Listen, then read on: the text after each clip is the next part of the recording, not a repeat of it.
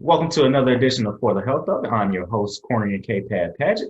And today I have with me Angel Ballantyne. Angel is the owner and operator of Phoenix Physical Therapy and Wellness. Angel, thank you so much for coming on with us today. You are very welcome. Thank you for having me. All right. Well, I forgot to say it, but using our context clues, I know I have some smart listeners out there. Uh, Obviously, she owns Phoenix Physical Therapy and Wellness. She is a physical therapist. So it's a major shout out to you, Angel. Thank you. All right. So tell us a little bit about yourself. How did you get started into physical therapy and all that? Okay. Well, like you said, my name is Angel, and I own Phoenix Physical Therapy and Wellness. That is in Raleigh, North Carolina, where I'm from and where I currently reside. And I've been a therapist for 20 years. This will be my 21st year coming up here in May. So I graduated from Winston-Salem State University. I'm a proud HBCU alum. And when I graduated, you only had to have a bachelor's for physical therapy. So it was Wow. time ago. And now it's a doctorate, I believe, or a master's. I'm not sure if they completely transitioned. I I do have a daughter. She's 15 years old, and her being a dancer kind of helped lead my physical therapy career into the direction where I specialize in rehabilitation and training for dancers and performing artists. So I realized that there was a need there, and I can never take my dance mom or my mom hat off. So that just kind of came up as well. Um, let's see. I don't know what else. What else do you want to know? So yeah, just tell me. I know you're pretty young, so go ahead and tell me your background all the way. Like when did you decide that you wanted to go to Winston-Salem? When did you decide that you wanted to do physical therapy? And what Um, drove you to it? okay. Hmm. And what drove you to physical therapy? Okay. So I don't know if everybody is so clear, but I've always been one to really think in the future. So I think you were telling me that, you encourage, younger people to watch your podcast. So this is really speaking directly to them. I know a lot of people are like, I don't know what I want to do and things like that. It's never too early to start thinking about that and kind of like putting together a draft. You can always change it, right? Mhm. So I was always around athletes. I love football, of course. Girls didn't play football 25 years ago. So I would be like the manager or student athletic trainer. Right. And I would do that for the track team as well. So I think that was kind of like the first time being around that sports management type of career. Right. And so at 15, my sophomore year is when I started thinking about what I wanted to do. I thought I was going to be like a biology major. At one point in time, I wanted to be a marine biologist. And I grew up right down the street from NC State. So being in North Carolina, I got NC State 5 minutes from my house, UNC Chapel Hill, Duke, North Carolina Central, just a plethora of colleges and universities around me. So I think that was something that was always, in my head. What am I going to go to school for? Right. So at 15 is when in high school is when hopefully your teachers and counselors start talking to you about, really thinking about it. And they start putting, kind of, I don't know, having you do these tests and figure out like at least what is general. I Right. always say what building you want to be in on the college campus. You Right. don't want to go and be like, I don't know what, you at least want to know what building you want to be in, right? Mhm. So I somehow, I would think somehow, how did I get into healthcare? I think I got into healthcare just by being on the field with athletes and realizing that I was really good at making them feel better physically. So what I mean by that is, especially like football and track, there was a lot of cramping and a lot of like helping people stretch out, things like that. So I was always hands-on with that stuff. So I thought about being a doctor, didn't want to be a doctor. And I had my reasons because I felt like when I went to the doctor, they were always in and out. Right. And so that's not what I wanted. I thought about a nurse, and in my mind at that time, don't think think like this now, but I felt like they were assistants to doctors, and I felt like they didn't get any respect. Mm-hmm. And I felt like they were number two. And that's not me. Right. So at that time I was like, okay, I can't do that. I did see physician's assistants and thought about that.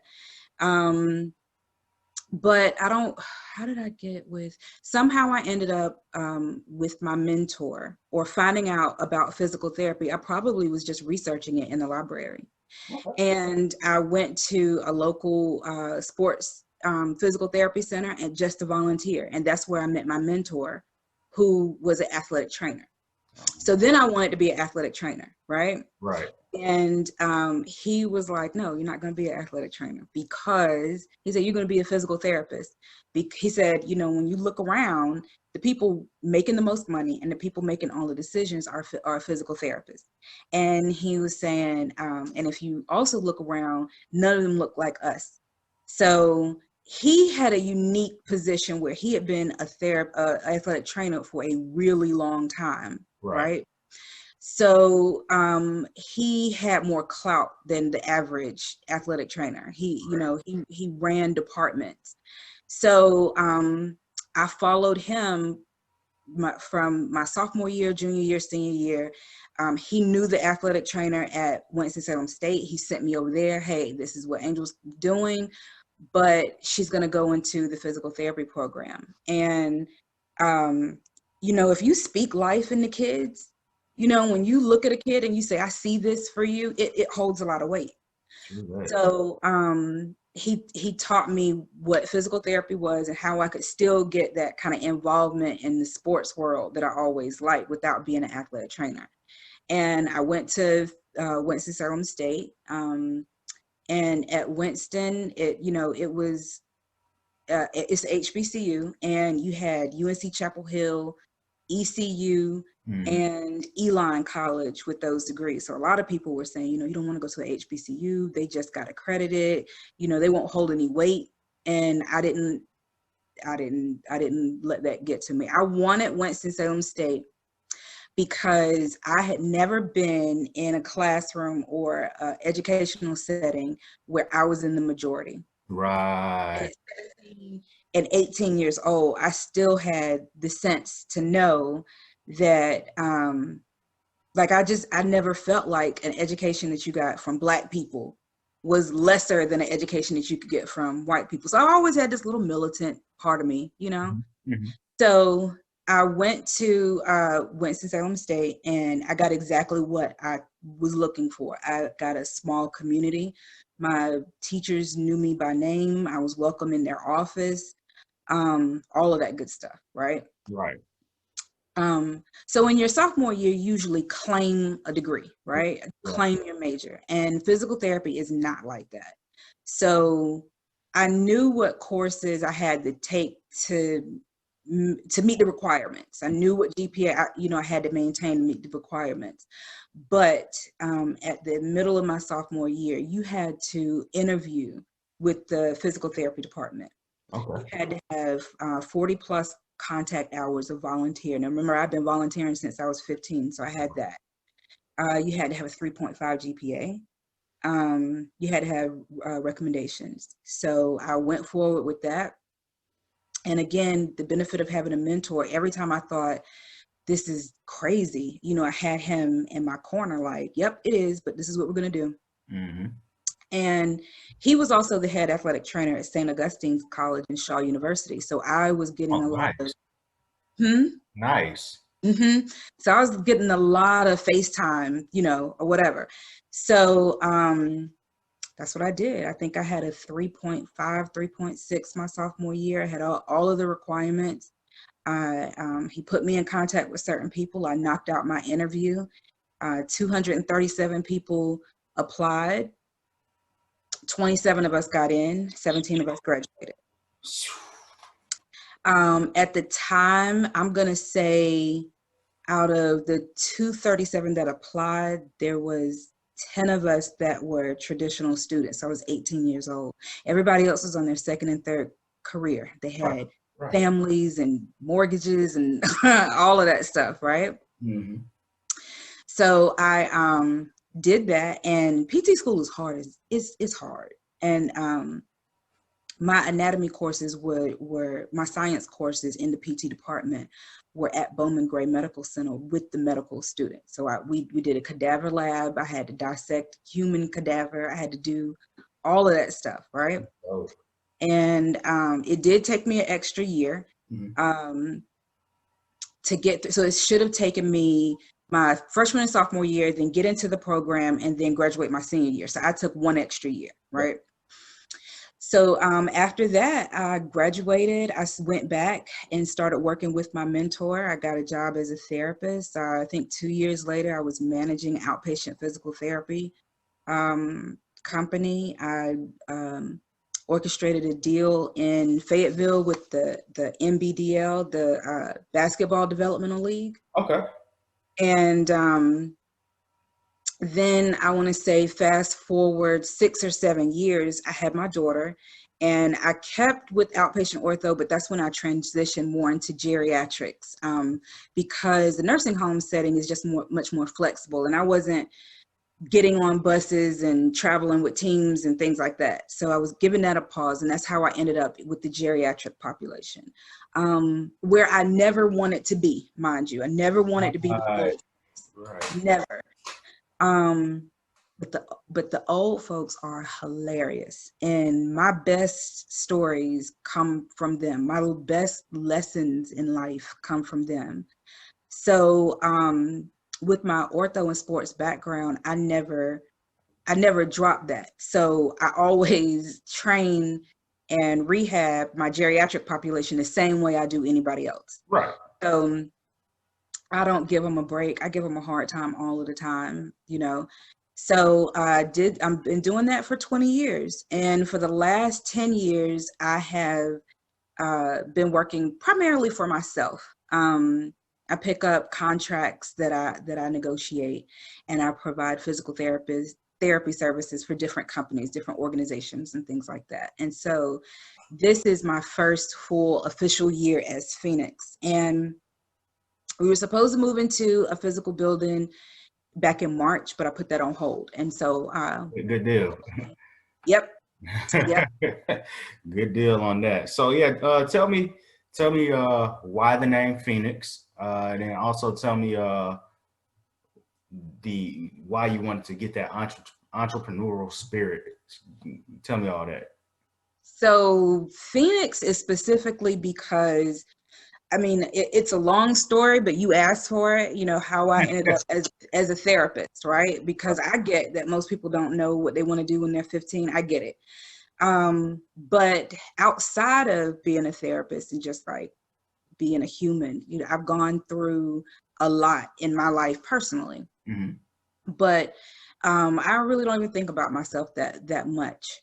What I know is that when my patients come in the door, regardless of whether it's a wrist sprain, an ankle sprain, a stroke, heart attack, everybody thinks their life is over. Everybody verbalizes to me that their life is over, you know? And I have to show them, number one, that it's not, you're still breathing.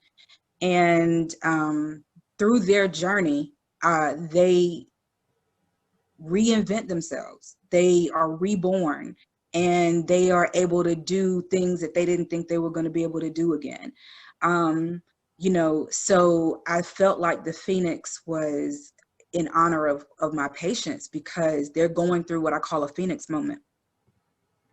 And I tell them that, you know, part of, you know, being in therapy, you know, you got to be the Phoenix. A Phoenix is a mythological creature that at the end of its life cycle, it bursts into flames. And out of those flames, it is reborn again into a bigger and more brilliant, beautiful bird. And so I have to go through this with every patient and let them know that at the end of this, you know, you've come to a crossroads where you feel like you're at the end of your life cycle, whatever that is. Right. Um, but it's not over, and you know, you're going to be in this low moment, and you're going to burst into flames, and you're going to come back bigger and better. And that's where I pulled that name from. I like it. What's up, everybody? It's Austin here. Continue to watch the video. But first, let me tell you about For the Health of It merchandise. This is it. This is it right here. The link is in the bio. Make sure to check us out and show our brand some love. Show For the Health of It some love. Subscribe to us now. Do it. Like the video and continue to come back and watch. And cop some of this merchandise. We're here for the culture and for the health of it. So get it. For the health of it. I like it. As soon as you started saying, you bring your, as soon as your clients come in, I'm like, oh, it's like a rebirth, like the actual Phoenix. I love it. Good deal. Okay. So what's up with the building now? I know you were planning on, I know 2019, you were probably planning, all right, March 2020, we're getting this building, but Corona, you know, COVID-19. So what's the plans now with the building? So the plans now, and I'm gonna let you know, like for people watching, I wasn't, I mean, I was scared and everything else, like, you know, uncertain like everybody else. But I also looked at it as this is time to keep grinding and keep hustling and go into it, you know, just be ready when it comes out. So the last I heard, the bank didn't want to move forward with any major loans. And the building is going to be built. Okay. So they are going to move forward. Instead of opening in February, I think they're going to move forward. Everything will be finalized in February, and then building will start, and we're looking at moving in August. Okay. So that's where we are. And in the meantime, you know, I've pivoted and trying to get onto this telehealth thing, which is hard because I'm a very hands-on therapist. But I'm going to do the best that I can. Okay. Yeah. So let's pivot there and tell us, how has business been going for you since March of 2020? So I always maintain kind of like PRN work for somebody else, usually at a nursing home, in addition to my contract. So everything has slowed down. Everything has slowed down. When COVID started, you know, I'm in the healthcare field. Everybody I work with is in the healthcare field. Right. So unlike a lot of other industries, we can listen to news reports and hear people like Dr. Fauci talk, and it means something more than just what it means to the average person, I guess. So a lot of us shut down voluntarily. We did not need anybody to tell us to do that. So, you know, just trying to reach out and reach out to people who need it and work through the telehealth. It's been hard. I'm not even gonna make any bones about it. I can't sit here and say, you know, we're doing well. Nope. We're have slowed down with accepting new patients, but it is still a period where we can see growth, and there are things that we can do. There are services that we can offer.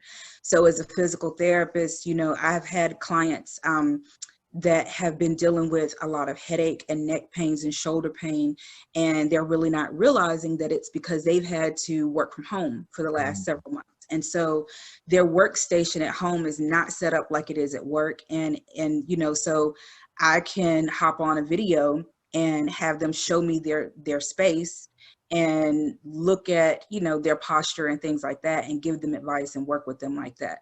So I've been trying to meet people where they are and provide help where I can, and just continue to work on kind of the back end. There's a lot of back end work to open in a building, and just continue to work on that and move forward. Okay. Okay. Good deal. So my next question is, you mentioned being a dance mom, and you work now with a lot of dancers. Tell me about that experience. It's been eye-opening and exciting. So one of the first things that I noticed when my daughter started dancing is these girls go hard. Okay. They really make things look beautiful and graceful and easy, and it is not. Whether you are 6 years old and you barely weigh 50 pounds, or you're 16 years old and you're at 110 pounds, you're still balancing on the tips of your toes or leaping through the air and doing all kinds of things, and you're stretching your body out in ways that it just was not designed to stretch out. And you got to make it look good at the same time. There's a lot of strength needed and flexibility required, right? So ankle sprains, back sprains, wrist, and neck. I started noticing that the kids were having these complaints. Mm-hmm. So once I started it's really hard as a therapist to watch that and not say anything. So, I'm offering advice and letting people know, you can come to me for advice and things like that. So that's kind of how Dance Mom fit back into that, because I also noticed that when they go to the doctor will put them in like an air cast or a boot. Or give them Motrin and tell them to sit out. First of all, dancers don't sit out. Right. Let me tell you what happens. They come in on their crutches. All the girls come around. They hug them. They love them. All of the girly things you expect, right? Mm-hmm. And then they're not allowed to just rehab at home. They still have to come to practice. And what they do is they help their dancer buddies by critiquing them. You could do this better, such and such and such. So 5 minutes they're sitting on the floor resting. The next 5 minutes they're standing up, helping. The next 5 minutes they're dancing again. Right. So right. I realized that they were being mismanaged. You can't manage dancers and performing artists like that. I realized that doctors don't treat them the same way they do an 8-year-old baseball phenom or football. They don't do it. They don't even refer them out to outpatient orthopedics. They just simply Band-Aid it and send them on their way.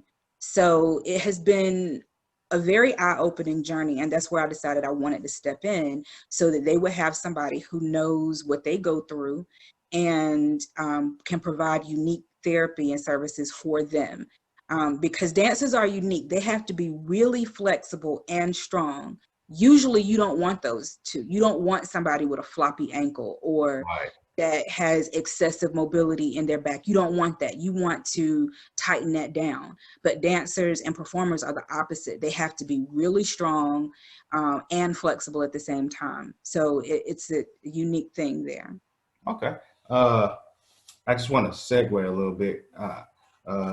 It's been wonderful hearing your background, but I got some educational questions also. Can you tell me about the 6 deep external rotators, and also Pnf? Are you serious right now? If you can, or if not, I know I didn't prepare you for it. You absolutely did not. Your deep external rotators, your hip 6? Yes, ma'am. Your hips, shoulders, glutes. Oh, you're talking about muscles? Yes, ma'am. Oh, okay. External rotators. You got various ones in your hips. Tell me the ones in the hip. In your hip, I believe we're gonna go with piriformis, a couple of glutes. I can see it. I can't think of what it is. Look at you working. I see it. Hey, that's you hit the main two I wanted to hear. Because I can't tell you off the top of my head, and I didn't even write them down. This just came to me as you were talking. I was like, man, ask her. But nah. Nobody asked me about external rotators. It's usually, and then I usually do lay terms. So I'm thinking your hip external rotators, right? And then you're gonna have some glutes. You got your piriformis back there, but everybody always talks about your flexors and extensors, and you got your iliopsoas, your hamstrings, your quads, and your thoracolumbar. Your low back will pull into some external rotators as well. All right. Quads, yeah. Now that you hit the piriformis, which is one of the main ones I always talk about. So now that's good. That's good. What about Pnf? Pnf Techniques? Yes, ma'am. Yes, ma'am. What about them? Tell me a little bit about them. I don't really go into Pnf Techniques unless, for me, it's a lot of stroke rehabilitation, and it's basically talk about movement patterns. And so what you don't want to get caught up in is straight, movement patterns in straight form, in straight planes. You don't want to get stuck in just forward, back, side to side, and left and right. So what Pnf Techniques and patterns do is it's more, you can think of it, a lot of people are talking about functional movement patterns now. So you're thinking about, kind of like your rotation at the trunk, and you're going to come around and you're going to adduct, and then you're going to externally rotate, extend, and externally rotate and extend. And then you're going to flex and internally rotate and abduct. Adduction is the other one. So your Pnf Techniques pulls in your neuromuscular facilitation and into your neuro into your muscular, and pull it into a neuromuscular facilitation and help you incorporate your movement patterns in a more natural and functional way. Thank you, ma'am. You're very welcome. Thank you. Thank you. Hey, I just wanted to see if I could catch you off guard, and I did not. You did. I tell people I purposefully don't use certain terms and terminology because it goes over my patients' heads, Right. And it's not necessary. So I'm usually breaking it down and making it make sense to them. Right. So. Okay. Hey, that works though. That works. You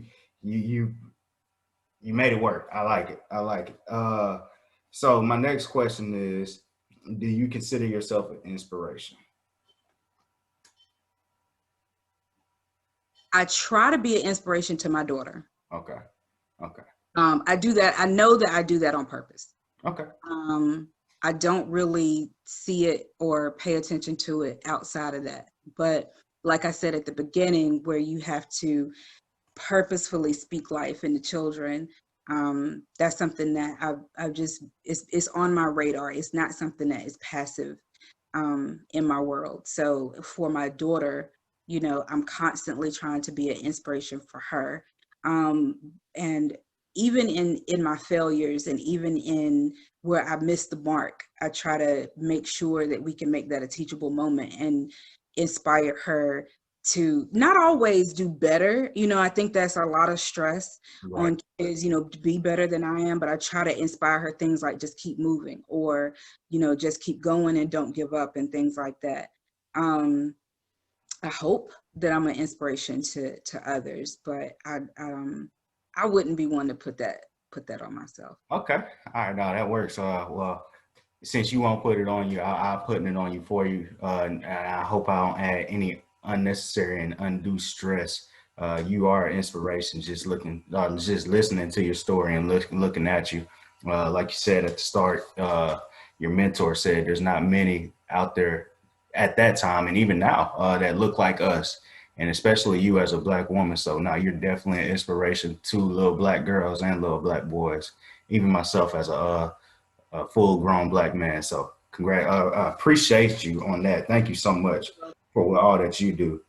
And then one more, it also popped up while we were talking. You talked about dance moms. Have you ever seen any of the TV shows that are they on Lifetime, Dance Moms? I don't know. I don't remember what channel that was. Okay, so Dance Moms, and then what's the other one? It actually takes place here in Jackson, Mississippi. Bring It, with the dancing dolls. Yeah, you look like you knew that one. Well, I know them both, but yeah. Okay. All right, I just want to see, is real life like the art? Because I know television is an art, so I just want to see if there's any simulation to it or similarities to it. The one it's called Bring It, you said? I think so. I don't think, if there are dance troupes like that here in Raleigh, I'm not aware of them. Okay. I think that's almost like a culture and a genre in and of itself. Right. So I'm not aware of any like that. Okay. But if you're talking about maybe the dynamics, the other ones I think was actually filmed in Greensboro, North Carolina, which is not far from here. Okay. So when my daughter first started, that was the question that I had for the dance studios as well. So I let it be known that if I had to deal with any um, blatant, things like that, that we couldn't be there. So, my daughter is a stereotypical Black girl. She is curvy in all of the great places. She is not, she's never going to be stick thin. I'm not having conversations with her about her weight or not eating enough and things like that. So that was a conversation I had with all the dance studios. So in our studios, no, it's not anything that I've seen, and that's not really talking about Bring It, because I've only really seen like Right. bits and pieces of that one, but the other one we Right. used to watch a lot when she Right. was younger. So usually, the competition is on the stage, not in the dance studio. Mm. But in the dance studio, I mean, it's just like any other sport. It's there, but they are very supportive of each other and very, complimenting and pushing each other to do their best. So I try to make sure we don't have, any negativity or anything like that going on. So Cool. I like it. And Angel, thank you so much for being on here with us. Before we get you out of here, if you could please plug all your businesses and all your social media. Facebook, we are just Phoenix Physical Therapy and Wellness Center. You can, I think on the page, you can hit the contact now button. So I offer free discovery calls and consultations to anyone to see if the services that we offer would be good for you and if it is a good option for telehealth. And if you're local in the area and you need hands-on, we can schedule that. And it's Phoenix Raleigh on Instagram. And my email is admin@phoenixraleigh.com.